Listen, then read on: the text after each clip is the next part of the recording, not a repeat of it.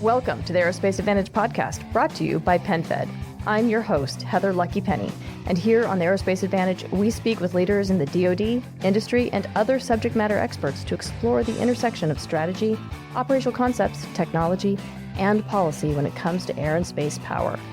And this week, it's time for the Rendezvous, our monthly installment where the Mitchell team digs into stories you've seen in the headlines. To start us off, I'd like to introduce Mitchell Institute Dean, Lieutenant General Dave Deptula. Oh, good morning, Heather. Great to be here. Great to have you. And we've also got Anthony Lazarski, one of our Washington experts. Great to be back. Hope everybody had a great 4th of July. Absolutely. And next we've got Todd Sledgehammer. Great to be here again. And Jeff Rowlandson. And just as Sledge and Laser help bring some great insights regarding what's happening in Washington from an air power perspective, Jeff is a space power expert. Hey, thanks for having me again. And we've also got Charles Galbraith, one of our senior fellows for Space Power. Hey, Lucky, great to be back. So, saving a really exciting announcement for last, many of you may have seen our press release that JV Venable is on our team now, too. JV is a career fighter pilot, retiring as a colonel, and he spent the past several years in the think tank world as a defense expert. It's really our honor to have him here at Mitchell. JV, welcome. We've had you as a guest before, but now it's fabulous to have you as a team member. Lucky, it's great to be in the seat here with you and as a partner on this team. Thank you.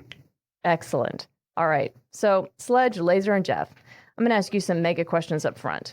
And break this up amongst yourselves as you like, but we'll kind of go in order. First, the House Armed Services Committee and the Senate Armed Services Committee both have their versions of the National Defense Authorization Act marked up, and you've had time to review them. Could you compare and contrast, really, what are the priorities that you're seeing in each of the houses? And are they pushing back on the Department of the Air Force, and where do they see things differently? So, Laser, let's go ahead and start with you, and then we'll go to Todd and then Jeff. Yeah, thanks, Lucky. So I'm just to start just overall where we are. So the House passed their version of the bill.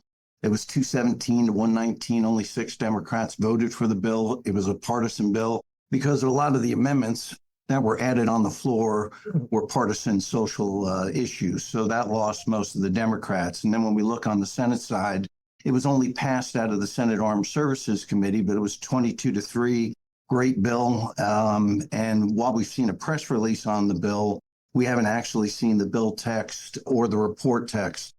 And what we know is that the bill is complete. The Senate Armed Services Committee has the bill. It's ready to file.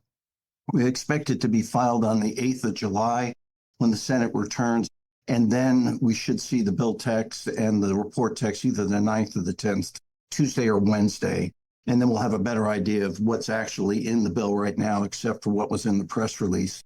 There's a chance that the Senate may not be able to debate that bill on the floor. As of right now, Majority Leader Schumer is working higher priorities and hasn't set a date to bring the NDAA to the floor. And as we know, it usually takes a minimum of a week, but usually 2 weeks to get it done. And if you look at what the Senate has for session days left, there's only 14 days in August and 15 days in September. So there is a very good chance that we'll never see the Senate Armed Services Committee NDAA debated on the floor. But whether or not they debate it on the floor or they pass it on the floor, as been done in the past, the House and the Senate Armed Services Committee staffs will start to informally reconcile or conference the bill late August and September, so that way they can ensure that we pass the bill by the end of the calendar year. It's one of those must-pass bills. And the one thing I'll just highlight, and I know that Sledge and Raleigh will take this over and get some more details, is the main difference that at the very top is the funding level. So if you look at the top line funding level, the House bill stayed within the debt ceiling cap that was agreed upon by Congress in the Fiscal Responsibility Act last year. The Senate Armed Services Committee authorized an additional $25 billion above that cap. And it was an amendment submitted by Ranking Member Wicker, and it was overwhelmingly supported when they brought it to a vote during markup. The markups are a closed markup, but there was only 3 members that voted against it. So while this is just an authorization bill, what this does do is highlight the ongoing debate in Congress right now between defense spending and non-defense spending, and staying within the budget caps. And we're not going to know what's going to happen on the defense top line until after the elections. So we're going to wait for the elections to go. We need to know who's in control of the White House, the Senate, the House. And at that point, since the appropriators have the lead, they're going to be the ones that are signing on the top line, and that's actually what's going to help drive what happens in the defense bills.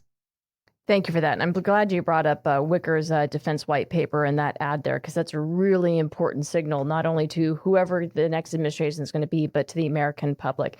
Sledge, what's your take? Well, I agree with Laser's assessment there.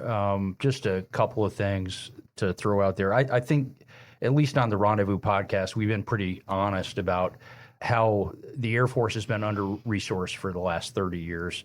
And I think, obviously there's the budget request process that goes over to the Hill, but I think Congress has some culpability in this problem. And it's resulted in as we've said many times, the oldest, the smallest, and the least ready force in our nation's history. And this bill continues that trend. And just a couple of things and again, I'm only going to talk trends and not terrible specifics here, but usually when budgets are tight, sustainment, so your procurement and your operations and maintenance accounts are the bill payers. And that's the case again this year. RDT&E, Research, Development, Test, and Evaluation, was robustly funded, actually above the president's budget request. But the Department of the Air Force, and I'm sure Jeff's going to talk more about Space Force specifics, took a major whack in procurement. Operations and maintenance accounts were whacked as well. We're talking hundreds of millions of dollars there. And a lot of that may be that the Air Force can't absorb the flying hours that they're given, but you need to buy things and you need to train in order to be ready. So that was it. But I think probably, and I hope this isn't taken the wrong way, one of the biggest challenges that the Department of Defense in general and the Air Force in particular is going to have is the increase in personnel funding that was authorized in the House version of the NDAA is a $3.8 billion bogey that's got to come from somewhere. And back to my earlier point, the sustainment accounts are typically the bill payers. So when you pay more to your people, and I'm not saying that it's not deserved, it certainly is, but it's a zero-sum game, and that money's got to come from somewhere. The other trend there is Congress continues to admire a lot of the Air Force problems. And they've directed a lot of studies or requested reports from the Air Force, on what the A-10 and the F-15E force structure needs to look like. There's a long-term plan for tactical fighter force structure. There's a report on the minimum inventory for air refueling tanker requirements.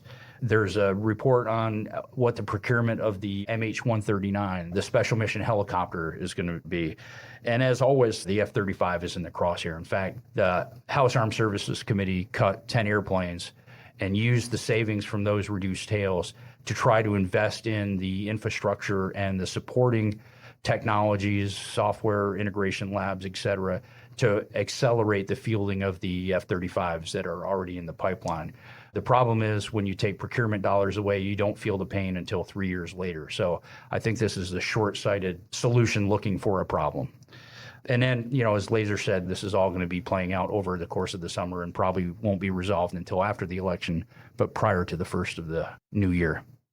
Yeah, absolutely. And thank you for going over those reports, and specifically also the F-35 cut. I mean, from our perspective, that money now, as you mentioned, you're not going to see those airplanes for another 3 years. So by then, that's going to get fixed. But what is good is the recognition that more funding and more attention needs to be placed on tests. They need to increase the test inventory, as well as rejuvenate the catbird so they can go ahead and test those advanced capabilities in avionics airborne to make sure that those work. But I will say, I think the requirement to study the future fighter force structure and minimum tanker, that's good. I think that's putting the Air Force on notice before they're able to execute and do something that they may regret later, or certainly would have deleterious impacts on the force. So, Raleigh, over to you. Yeah, so I agree with the smaller budget. The Space Force with $29.4 billion is really having to make some operational trades and decisions early to comply with the FRA, and they've really communicated that well to Congress. Saltzman and Gutlein have been really adamant about some of the operational trades within dynamic space operations and what they've been able to budget for. So you've seen over the last couple months new strategies to leverage commercial space more and more. We've seen congressional support for that. We haven't seen budget dollars in the 25 request to reflect that. So I think the budget numbers and the appropriators are going to weigh in. I'll talk to you later. But on the Senate authorization side, there were some interesting, overviews in their summary. requires the Air Force to transfer certain space functions to the Air National Guard and not reduce in strength to the affected state Air National Guard organizations. So that debate continues. It authorizes DoD to identify poor performing contractors. This is something that Honorable Calvelli has done with the crawl to really make sure we keep contractors on notice for performance. Then the Senate authorizes the designation of a PEO for space-based air and ground MTI and directs the DoD efforts to acquire new moving target indicator capabilities and related programs. So as we divest airborne capabilities from a GMTI perspective, and that moves to the space layer, I think the Senate's trying to stay ahead of that, and authorizes the establishment of a commercial augmentation space reserve fleet and requires a report on commercial insurance for DoD space support efforts. And, there's interesting Space Force is having a CASR Industry Day later in August. So that program's continuing to evolve. And then finally, the SASC version requires DoD to designate a PEO for space command, control, and integration to acquire a system to support combined operations at the National Space Defense Center. So a lot going on from the Senate summary version, but like Laser said, once we see the bill text and report text, we're able to get into a little more of the vector that we're seeing from the Senate. Well, gentlemen, thank you for that roll up. As we know, the authorizations are important, but the actual cash, the money, lies with the appropriators. No bucks, no Buck Rogers. So what are we seeing on that front? And let's reverse the order. So we'll go Raleigh, Sledge, and then Laser. All right, thanks. So on the approach side of things, I'll focus on three issues real quick, particular to the HAC-D mark that generated a lot of attention and focus. One was the extended launch vehicles capability. So we're hearing a lot more about dynamic space operations and the ability to maneuver without regret within the orbital regimes, whether it's LEO, MEO, GEO, or cislunar. So the committee noted recent initiatives by the Space Force to enhance resiliency and effectiveness of on-orbit assets. And we've seen a lot of commentary about this, particularly from Spacecom recently, from General Whiting, and related conversations regarding space mobility and logistics, the SAML effort that we saw in the budget this year for about $20 million worth of effort. The reporting requirement here includes a detailed schedule and milestones and estimates of funding required by fiscal year. So I think what we're seeing is, the HAC-D saying, hey, we hear you talking about it, but we don't see it in your budget. So let's get to some milestones. The one that caused a little bit of consternation within commercial is the HAC-D really took and shacked the Space Force effort on resilient global positioning system, resilient GPS. And so Kendall to use his Go Fast initiative to do a quick start and move money that he had available to him by authorization. The HAC-D didn't really care for that and denied a reprogramming internally, a movement of about $77 million, and really said that they had concerns over the authorities, the plan, and the communication of the effort because it wasn't reflected in the 25 budget, although they're communicating it's about $1 plan. So it's a big shock to the commercial system that we're looking at that as an opportunity. The last is the TAC SRT effort. And we've talked about Space Force's efforts to procure commercial GEOINT services. The HAC-D build includes $10 million for the effort and directs Space Force to continue to coordinate and collaborate with the NGAD initiative to minimize redundancy. I'll jump in there, but first, Lucky, I really like the way you set this topic up because you can't spend an authorization. So it's important to have the money. And I think that's where it's very helpful because the House appropriators were definitely kinder to the Air Force than I think the authorizers were. And I'll explain that here. But first, the caveat, as we are speaking now, the House is voting on final passage of the Defense Appropriations Bill. And so by the time this episode airs, we should know what the outcome was and if there are any last minute changes. But I think it's just important to recap. The bill appropriates $833 billion for national security. And that number is different than what was authorized because of the committees of jurisdiction. The Defense Appropriations Bill doesn't include, for example, military construction funds or DOE funding. So there's a difference in the numbers between the NDAA and the Defense Appropriations Bill. But it's important to note that 833 is less than a 1% increase over FY24. And that doesn't even keep up with inflation. So it's definitely a constrained fiscal environment. The House appropriators diverged, I think, significantly from their authorizing counterparts in a couple of areas. And the first is in aircraft procurement. the appropriators added just over $1 billion in aircraft procurement for the Air Force, and that was big. And I think probably most noteworthy was Chairman Tom Cole. It not only marked at the budget request, but he added 10 F-35s to the appropriations bill. Now, only 2 of those are A models for the Air Force, but it looks like we have a champion for keeping the F-35 production line going. And he's taking over for Kay Granger, so that's not a surprise. But the other big ticket items there, the B-21 program is fully funded. The F-15EX is fully funded. There are 2 additional C-130Js for the Air National Guard. The Gray Wolf, the MH-139, gets 2 additional tails. So they're adding to procurement. There were some modest cuts to both the Air Force and Space Force research, development, testing, and evaluation, but I think that was used to adjust for the procurement. And then O&M was pretty consistent with what the budget requests. They didn't add nearly as much money as the authorizers did for pay increases. There is still a 15% pay increase for junior enlisted, but again, that's the tension there on where you spend your money. In terms of other big ticket items there, I think although it's not a policy bill, there are several things the appropriators are worried about. They're really worried that the Air Force net retirement of 124 airplanes, and by net retirement, I mean they're getting rid of 124 more than they're buying. That really concerns the committee. They list the Air Force reoptimization for great power competition as a congressional special interest item. So I would tell the folks in the 4th floor E-ring there that communicate early and often with Congress what your plans are for reoptimizing the force if you want to have a trusted partner in Capitol Hill. There was a big push for the fighter aircraft engine development, moving everything into the next generation advanced propulsion program.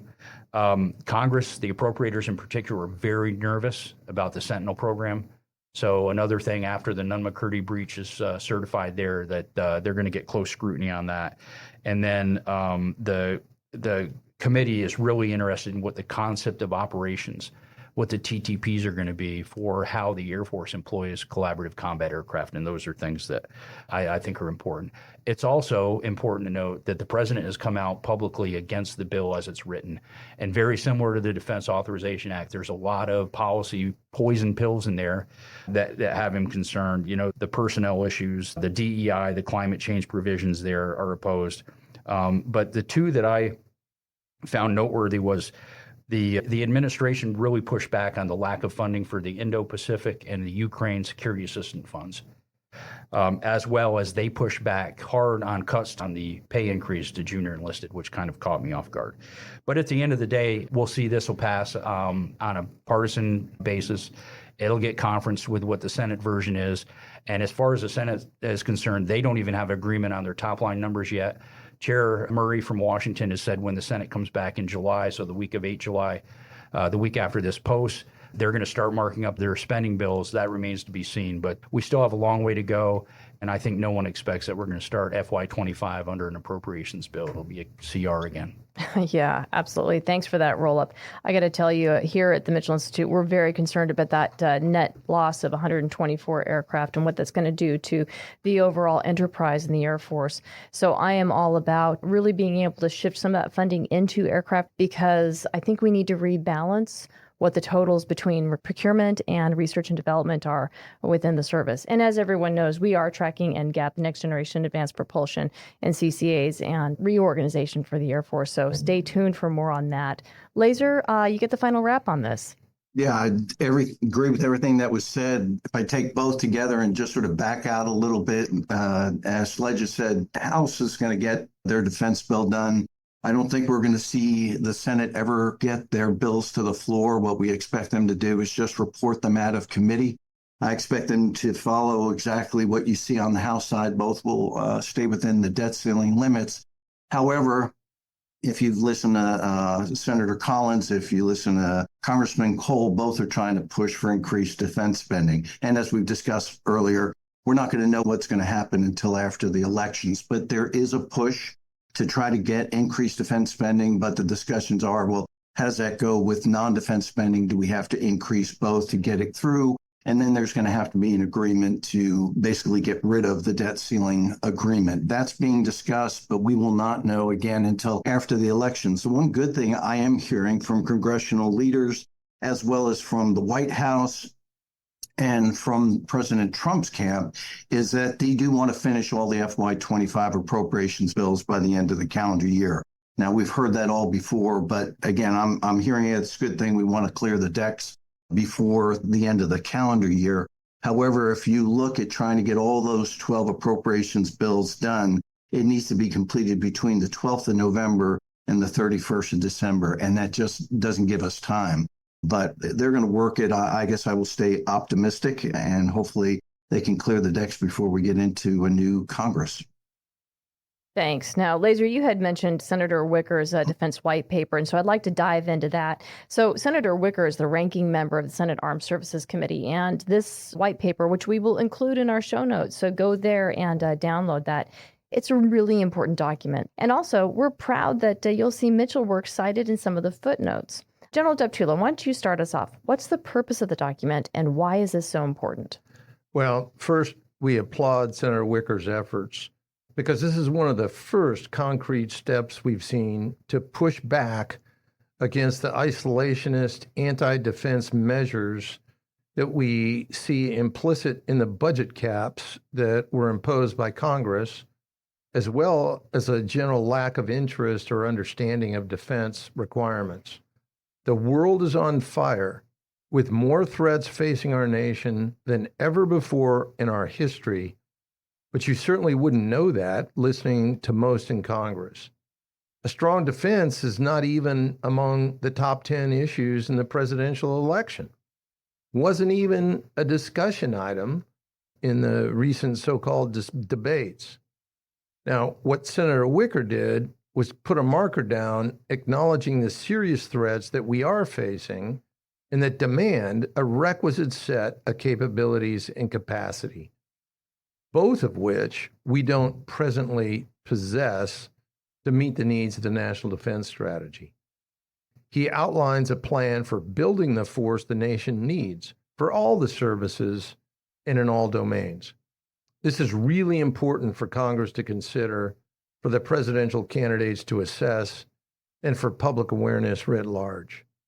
If we're going to have any chance of rebuilding a military that's actually capable of deterring our adversaries, we need to terminate the defense caps and realize the serious threats that we're facing today. And Senator Wicker has done that. Thank you, sir. I appreciate that perspective. Really what Wicker does in the white paper is he focuses for the Air Force in four main areas. First, that new technology can't make up for too few planes. And as advanced technology, as important that is to what we do with air power, you have to have the numbers. You have to have the quantity, because one airplane can't be in more than one place at one time. And that means getting the fighter force out of its death spiral. It also means expanding planned bomber and tanker production and accelerating the production and fielding of advanced capabilities, which is kind of in conflict with the wavering support that we're seeing from Air Force leadership. JV, I'd love to have you weigh in on this. What were your main takeaways? I love the proposal that Wicker has put forward. He basically stops the fire sale that the Air Force is trying to conduct right now, shedding 1,000 aircraft, 400 of which are fighters over the FIDEP. And I think that's wicked smart. One of the things that you're focused on right now, Lucky, is this absorption problem. If you get rid of iron before you have new iron on the ramp to transition to, you do not have the manpower with which to fulfill the mission of that jet. Absolutely. In past reports, I've come to the conclusion that you need to have a 1-for-1 replacement rate. You don't take a jet off the ramp until you're able to replace that with a new one, because we know that experience matters in conflict. If you don't have experienced warfighters in the front lines, they're not nearly as mission as effective, and they have much higher attrition rates, both of which we cannot accept in a pure conflict. Lucky, if I could jump in, Lucky, I'm sorry, this is Sledge, but it's not just the pilots, it's the maintainers. I mean, it takes a lot to make sure that when you pull the trigger, there's a bang and not a click. Amen. Thank you for that. It's the entire enterprise. And if you lose the iron, all of the manpower, all of the enterprise, all the sustainment and support, that just vaporizes. You don't get that back. Completely agree. And Sledge, you talked earlier about the trade-offs that come when budgets get tight. And if you sell the iron and you don't have new iron in the pipeline to go, generally speaking, you give away something you'll never get back. And that's a harsh reality that's historically accurate throughout the history of the Air Force. Wicker's bill does a bunch of things, at least his proposal does. It basically elevates the production rate of the F-35. We're somewhere around 40, 42 right now a year, accepting into the Air Force F-35As. And that brings it up to 48 until Lockheed Martin can resolve its production issues, and then it'll take it up to 72. If you go back 12 years, we were looking at buying 80 of those jets a year, and this brings it back up to a real level. Same thing with the F-15EX, bringing it up to 24, and then this new proposal that I hadn't seen before, which is buying 100 Block 70 F-16s. That's really because as Wicker's looking what's going on with the legacy platforms, he knows that they are falling off the ledge. He knows that they are no longer sustainable. They do not have the mission capable rates to be able to support flying our programs or be able to support going into conflict, especially in a highly contested area. So bringing in and maximizing the production rates and even bringing in Block 70 allows us to be able to maintain that broader fighter enterprise at a far more credible capability level. Absolutely. And the B-21 buy that he talks about accelerating, and we need to accelerate 100 B-21s be fielded and double the number going from 100 to 200. We all know here that's still short of the real requirement. 200 is short by about 40 or 50 of those bombers, but it makes a huge inroads into getting where we want to go. The Wicker bill does other things for readiness. The thing that Sledge brought up about the maintenance side of this, when you fund flying hours, you fund a certain number, and I think this budget in 2025 funds 1.09 million flying hours for the year, but it only funds the sustainment aspect of that, the parts and the supplies that are needed to repair those jets at about an 87% level. So you're never going to get to this draconian low level of 1.09 million flying hours a year. You're never going to get to that. We have set low standards for flying hours for the last several years, and we've failed to meet those measures. And so this thought process that Senator Wicker has put forward is very healthy for the service. Excellent. And what do you think about the acceleration of advanced capabilities? I mean, he really says we need to stay committed to NGAP. We need to stay committed to NGAD. We really need to push the throttle up on moving these capabilities out of RDT&E and into production as quickly as possible. I think he's exactly right. One of the things that the RDT&E budget has done over the years is it exploded since 2016, when we saw the RDT&E budget never exceeded procurement in the history of the Air Force. This year, it's going to exceed procurement by 64%. And the thing about RDT&E is it doesn't have to deliver anything. It doesn't have to deliver success. It's important, but when you go in and you say fail often, fail early, but get to a point where you can field something, and then the Air Force will take something like the AETP program, a phenomenal 4 miracle engine, and they deliver all 4 miracles for a price point that's pretty doggone equal to what we've got right now in real dollars. And then they choose not to field it. What have you done with that money? You've basically all but flushed it. And this idea of making sure that people are held accountable, you measure what's important, and then you go in and you fulfill those measurements. When RDT&E funding goes up, it's got to deliver something for the warfighter, and we need those things to be fielded now. Absolutely. And with a lot of the RDT&E that we're looking at, so B-21 is a success story, and we know that they've procured 6 B-21s under RDT&E, but we need to have platforms fielded for the warfighter within this decade. And a lot of these really ambitious programs important to transforming the force, we're not going to see until 2035 or even 2040. Because when was the last time that you saw an invention from technology standpoint fielded in meaningful numbers that we could credibly use in combat on time and on schedule? It's been a really long time. And unfortunately, the Air Force does not have a good track record on executing its program of record at the rate and the quantities that it says it does. So we need to make sure that we husband the sources and the forces that we have today so that we can ensure that we remain credible within this decisive decade. Charles, we need to bring you into this conversation. Talk to us about Spacepower. Thanks, Lucky. Yeah, so Senator Wicker's thought piece, I think, really hits a lot of the same themes that we're hearing from Space Force leaders today, talking about the growth of Chinese space capabilities, not just their counter space capabilities, but their use of space to enable their own kill chain, and how that potentially opens up a vulnerability if we're willing to take the steps necessary to deny them that capability. And, as Senator Wicker identified, if we were able to do that, we can shrink that anti-access bubble that China's trying to create around itself. And that's very meaningful. He also hits along the lines of the need to increase our resilience of our architecture, and not just on orbit, but also terrestrially, our ground stations, and against cyber threats in the cyber domain. He also hits on the need to improve our cooperation and leveraging of the commercial space market and all the great capabilities that are coming there. So we're seeing a lot of the same themes that Space Force leaders are articulating. But what Senator Wicker has done is pull it all together and talk about the needs that go beyond what the Space Force is currently asking for within the president's budget. There's a lot more that the Space Force needs to be able to do. They just need the budget to get after it. And I hope that this thought piece provokes a lot of, no kidding, hard thinking about where we need to place our priorities within the Department of Defense and within the nation. Thank you. I think we're all big fans here. So, Jeff? Hey, Lucky, one thing I want to roll in on with the Wicker piece is he also highlighted the unfunded request from Space Force and Space Command and said that, hey, that really belies the need and really relays the struggles that Space Force is having when you're budgeting for things that don't make the cut line, and then we have to have the debate. So I think Wicker's piece on that, like Charles talks about, is absolutely spot on. But we have unfunded requirements that we can't meet, and that goes both for the COCOM and the Space Force. Absolutely. And we know that the Space Force, their budget has been smaller than the U.S. Marine Corps. And right now, we're trying to stand up and invent a new service. Granted, we're trying to get some of that cost effectiveness or cost savings by having the bureaucracy kind of cover both the Air Force and the Space Force.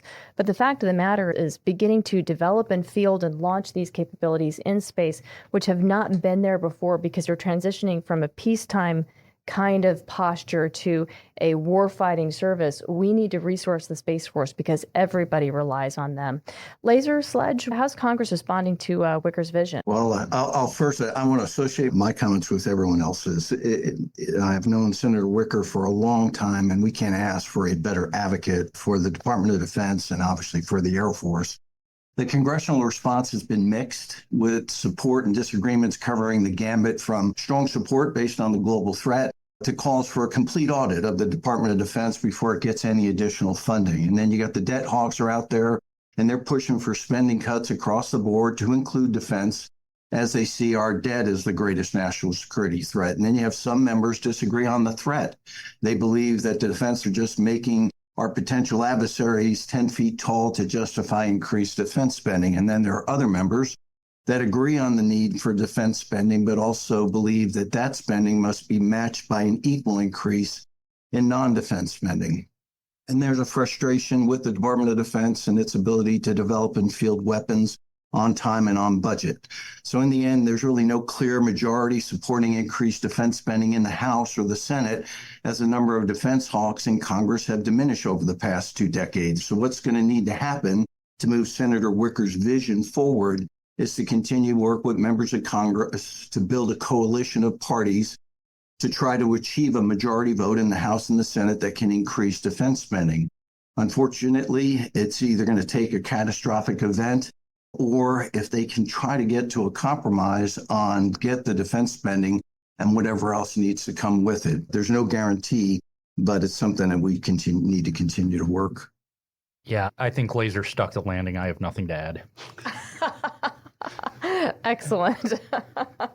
So, John Deptula, JV, the Next Generation Air Dominance Program has made a lot of news lately, and both Secretary of the Air Force and the Chief of Staff have suggested the program may not make it in the budget for FY26. They've gone very soft. Secretary Kendall's been warning us that these budgets could involve some seriously tough choices, but this is core to national security at a foundational level. Hard choices? No, these are disastrous choices. And they're saying that they're doing this because the threats changed. JV, let's start with you. What is NGAD and why does it matter? And what's your assessment of this shift? That's a great question. NGAD started out from a 2014 study that basically looked at the threat array that was being proposed across the spectrum, particularly from China. And they decided that we did not have the penetrating counter-air, the air dominance platforms that would be sufficiently competitive in that environment. And so they went down and designed this scheme, this family of systems. One is a super fighter, if you will, and then you've got a series of family of systems, collaborative combat aircraft, at the B-21, and how those integrate together would allow the F-22 and the F-35 to remove themselves from the center, the heart of the threat, and you have these that are operating inside of that threat in a counter-air sense, taking on air-to-air platforms and then surface-to-air platforms so that we could go in and do the other work. It's really important to remember that Wicker's bill, his proposal, basically wants to expand the production capability of not just 2 selected vendors, but bring that up into 5 or 6, which would allow us to be much more competitive, reduce the costs, and expand on the capabilities that we deliver. Absolutely. And it's crucial because air dominance, air superiority is a core mission for the Air Force, and that enables all of the other services to be able to do what they do. Freedom from attack, freedom to attack. And if we don't get NGAD, we won't have that ability to provide air superiority. Even in those smaller pulses that we're hearing the Air Force talk about, we won't be able to do that. If Ukraine has showed us anything, it's that we absolutely have to control the air. And we have lost that capability over the last 25 years of working in a threat environment that did not demand air dominance. We had it already. We truncated the F-22 buy from a 750 planned buy. We brought it down into sub-200s, and we did that off of cost, off of threat. Now we really need to turn that around, and this NGAD program is so critical to our ability to operate in the joint environment for all joint operators. I'm just going to lay this down here. Mutual denial is crap. That just means that what you're doing is you're reducing conflict to 2-dimensional land warfare, which, as we've seen in Ukraine, like you said, JV, is basically atrocity and attrition. That's not what I want to happen to my joint forces. Sir, let's bring you in. What is driving this? Is this really the threat, as we're hearing, or are these cash shortages? Well, Heather, this is a touchy one because these are internal deliberations that are going on. So anyone who wasn't in the room can't say with total certainty exactly what we're hearing. However, the fact that the Air Force is even considering terminating NGAD has all the hallmarks of a budget-driven decision. This is happening in parallel with the defense caps, growing Sentinel ICBM program costs, plus a bow wave of other current program requirements that are due to gross underfunding and neglect of Air Force requirements over the past 30 plus years. I can go into that chapter and verse, but in the interest of time, I'll just make that point. The other point I want to make is the past 30 years of near domain impunity are a historic anomaly. Now, putting that into man on the street English, that means we had total and complete control of the air to operate over Iraq and Afghanistan. That is the exception, not the norm.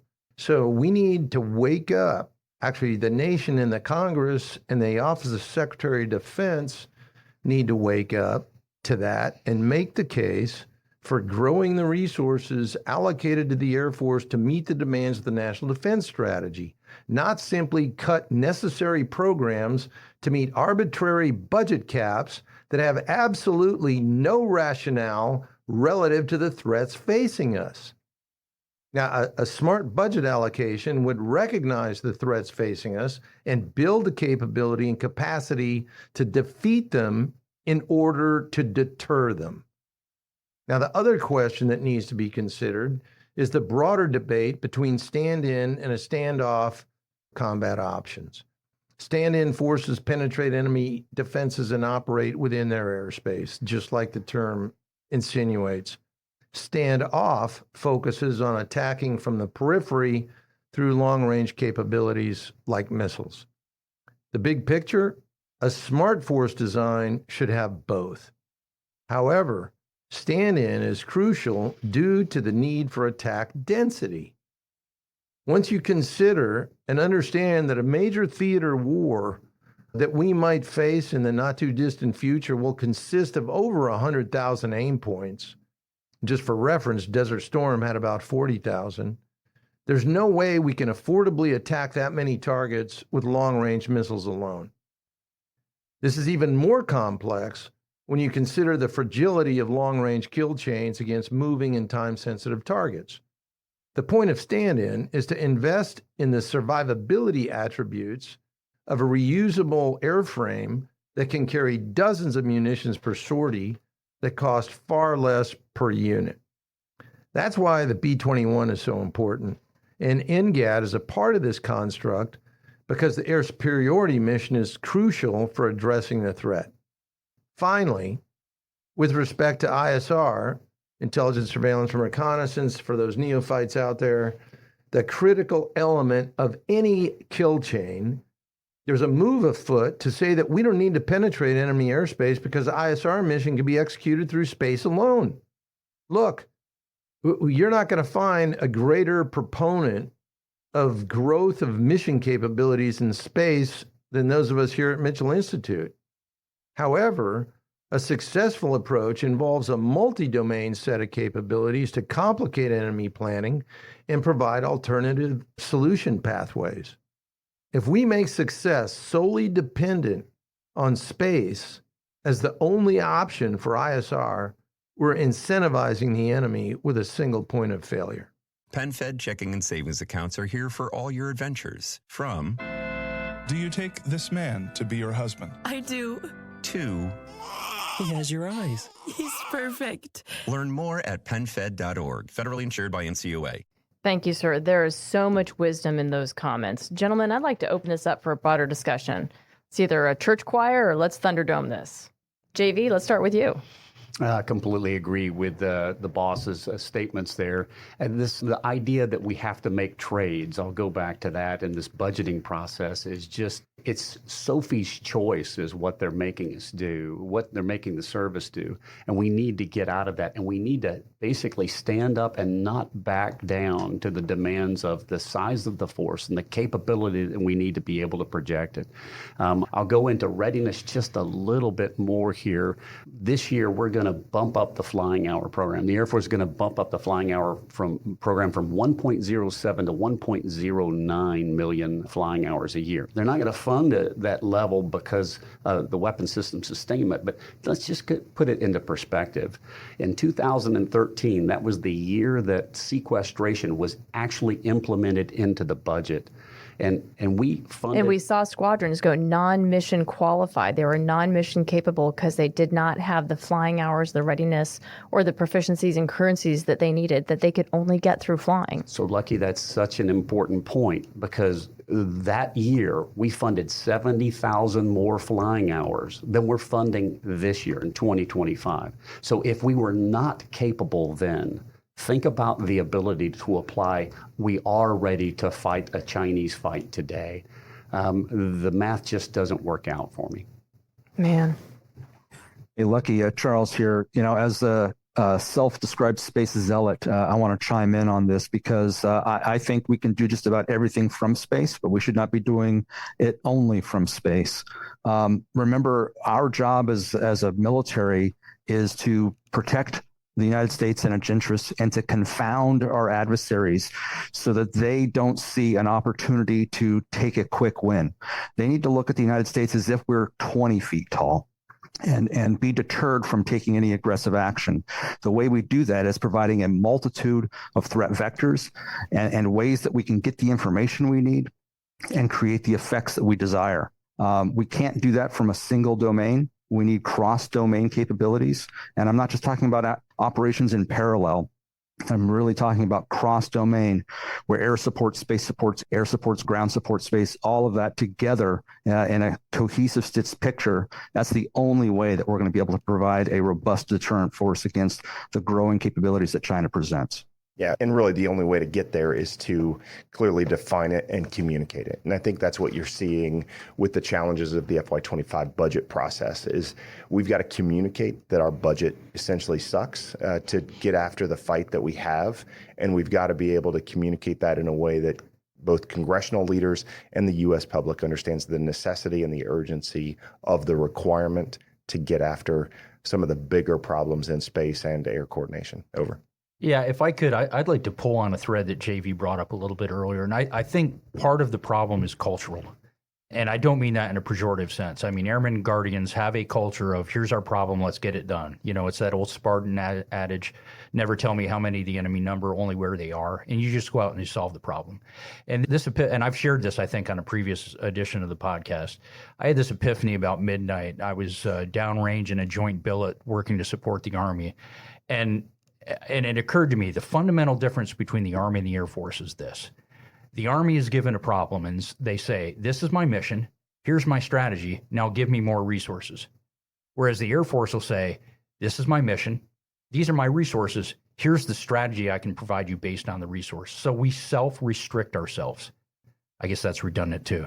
But it's still brilliant. Yeah. And so I think we need to look internally in the budget deliberations before the service palms lockdown as it goes into CAPE, into OSD, and we say, look, this is the contribution that we have to provide to the joint force. You need to figure out how to pay for it. Well, and I think another piece of that is that we need to become to recognition that we can no longer peanut butter spread resources across the department. We need to start looking at what the actual global threats are and optimizing our services and focusing them where they are most relevant. Does the Army have a role in the Pacific? Absolutely. They have an essential role in air-based defense, right? But go back to the Princess Bride. We really don't want to engage in land warfare in Asia, right? But they also have a very significant role as a lead service in Europe.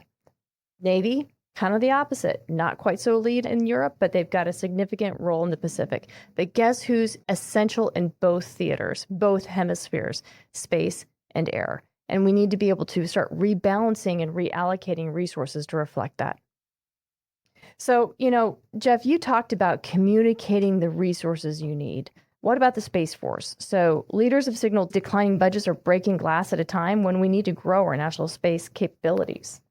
Yeah, I think if you look at the congressional testimony, they've communicated very quickly and carefully about the trades that they're having to make, whether that's space defense, offensive space capabilities, even the launch community. They're looking at innovative ways to get the price down with NSSL Phase 3, but the 2-lane acquisition effort to really capitalize on commercial, and then the commercial advocacy efforts to really take advantage of capabilities that are emerging at a competitive cost. So I think they're trying to get to that balance, but the theme really through this cycle is trade-offs.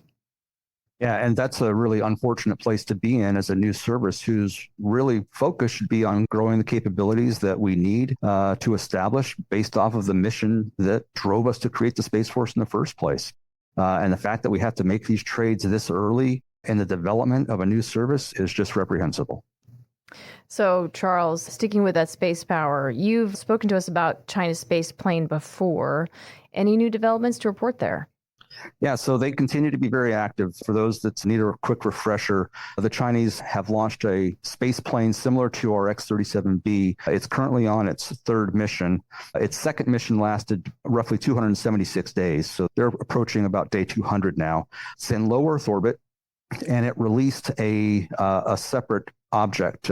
We don't know exactly what it is, but they have now released another object into low Earth orbit from their space plane.